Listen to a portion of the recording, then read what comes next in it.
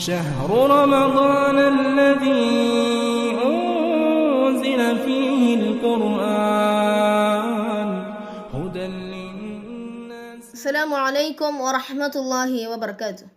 الحمد لله رب العالمين والصلاة والسلام على أشرف المرسلين وعلى آله وأصحابه أجمعين أما بعد. പരിശുദ്ധമായ റമളാൻ മാസത്തിലൂടെയാണ് നാം കടന്നു പോകുന്നത്. ഹൃദയങ്ങൾക്ക് ഉന്മേഷവും ആനന്ദവും പകർന്നു നൽകുന്ന 30 ആഘോഷ ദിനങ്ങളെയാണ് വിശ്വാസികളായ നാം വരവേൽക്കുന്നത്.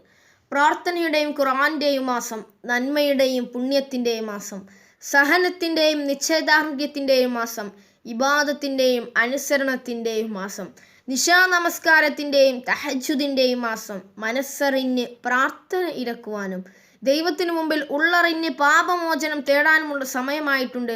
അതുകൊണ്ട് തന്നെ അള്ളാഹുവിൻ്റെ മുമ്പിൽ മനസ്സറിഞ്ഞ് പ്രാർത്ഥിക്കുവാൻ നമുക്ക് സാധിക്കേണ്ടതുണ്ട്. അദ്ദുആഉ സിലാഹുൽ മുഅ്മിൻ, ദുആ മുഅ്മിനിൻ്റെ ആയുധമാണെന്ന് ഒരു ഹദീസിൻ്റെ ആശയത്തിൽ വരുന്നുണ്ട്.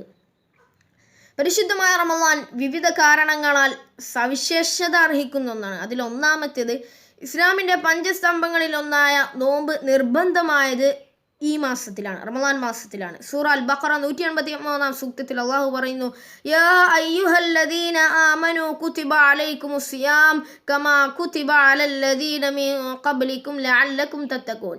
വിശ്വസിച്ചവരെ, നിങ്ങൾക്ക് നോമ്പ് നിർബന്ധമാക്കിയിരിക്കുന്നു. നിങ്ങളുടെ മുമ്പുണ്ടായിരുന്നവർക്ക് നിർബന്ധമാക്കിയിരുന്ന പോലെ തന്നെ നിങ്ങൾക്കും നിർബന്ധമാക്കിയിരിക്കുന്നു, നിങ്ങൾ ഭക്തിയുള്ളവരാകാൻ വേണ്ടിയെന്ന് അള്ളാഹു പറയും. രണ്ടാമത്തേത് ഖുർആൻ അവതീർണമായ മാസമാണ് റമളാൻ. സൂറ അൽ ബഖറ 185 സൂക്തത്തിൽ അള്ളാഹു വീണ്ടും പറയുന്നു, ശഹ്റു റമളാനല്ലദീ ഉൻസില ഫീഹിൽ ഖുർആൻ ഹുദൽ ലിന്നാസ് വബയ്യിനാതിൻ മിനൽ ഹുദാ വൽ ഫുർഖാൻ. ഖുർആൻ ഇറങ്ങിയ മാസമാണ് റമളാൻ. അത് ജനങ്ങൾക്ക് നേരെ വഴി കാണിക്കുന്നതാണ്. മൂന്നാമത്തേത് സ്വർഗപ്രവേശനത്തിനും നരകവിമോചനത്തിനുമുള്ള ഇടം. തിരുമേനി സല്ലല്ലാഹു അലൈഹി വസല്ലം അരുളിയിട്ടുണ്ട്, സ്വർഗത്തിൽ നോമ്പുകാർക്ക് പ്രവേശിക്കാനുള്ള റയ്യാൻ എന്നു പേരുള്ള കവാടമുണ്ട്.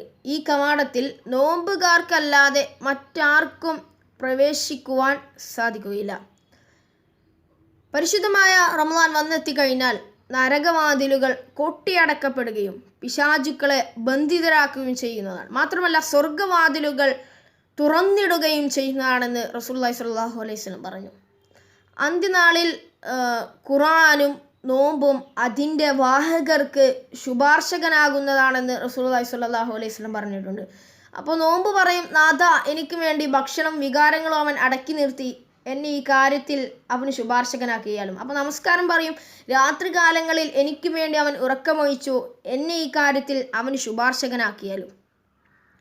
പരിശുദ്ധമായ റമളാൻ മാസത്തിൽ ഒരു നന്മക്ക് 10 ഇരട്ടി മുതൽ 700 ഇരട്ടി വരെ പ്രതിഫലം ലഭിക്കുന്നതാണ്. നോമ്പുകാരന് 2 സന്തോഷാവസരങ്ങളാണുള്ളതെന്ന് റസൂലുള്ളാഹി സ്വല്ലല്ലാഹു അലൈഹി വസല്ലം പറഞ്ഞിട്ട്. ഒന്ന്, നോമ്പ് തുറക്കുന്ന സമയം. ഒന്നാമത്തേത് നോമ്പ് തുറക്കുന്ന സമയം. 2, അവൻ്റെ രക്ഷിതാവിനെ കണ്ടുമുട്ടുമ്പോൾ. 1 നോമ്പ് തുറക്കുന്ന സമയം, 2 അവൻ്റെ രക്ഷിതാവിനെ കണ്ടുമുട്ടുമ്പോൾ. നോമ്പുകാരൻ്റെ വായുടെ ഗന്ധം കസ്തൂരിയേക്കാൾ പരിമളമുള്ളതായിരിക്കുന്നതാണെന്ന് റസൂലുള്ളാഹി സ്വല്ലല്ലാഹു അലൈഹി വസല്ലം അരുളിയിട്ടുണ്ട്. അസ്സിയാമു ജുന്നത്തുൻ ഫലാ യർഫുസ് വലാ യജ്ഹൽ വഇൻ ഇംറഉൻ ഖാതലഹു ഔ ശാതമഹു ഫൽയഖുൽ ഇന്നി സ്വായിമുൻ മറതൈൻ. നോമ്പ് ഒരു പരീക്ഷയാണ്. അതിനാൽ അവൻ മോശമായി സംസാരിക്കുകയോ മ്ലേച്ഛമായ പ്രവർത്തനങ്ങൾ ചെയ്യുകയുമരുത്.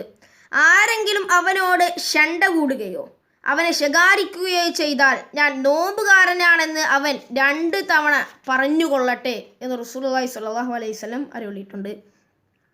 നമ്മുടെ വീടുകൾ ഇബാദത്തുകൾ കൊണ്ട് അലങ്കരിക്കുവാൻ നമുക്ക് കഴിയേണ്ടതുണ്ട്. ഈ റമളാൻ മാസത്തിൽ ഖുർആനിൻ്റെ മാധുര്യം നമ്മുടെ വീടുകളിൽ മുഴങ്ങിക്കേൾക്കണം. അള്ളാഹുവിലേക്ക് ഓടിയെടുക്കാനും അവനുമായുള്ള ബന്ധം പുതുക്കാനും നമുക്ക് സാധിക്കേണ്ടതുണ്ട്. പ്രതിഫലാർഹമായ നോമ്പ് അനുഷ്ഠിച്ച് ഈ റമളാനിൽ കൂടുതൽ പുണ്യം നേടുവാൻ കരുണാനിധിയായ പടച്ചതമ്പുരാൻ നമ്മെ അനുഗ്രഹിക്കുമാറാകട്ടെ. ആഖിറു ദഅവാന അൽഹംദുലില്ലാഹി റബ്ബിൽ ആലമീൻ. അസ്സലാമു അലൈക്കും വറഹ്മത്തുള്ളാഹി വബറകാതുഹു.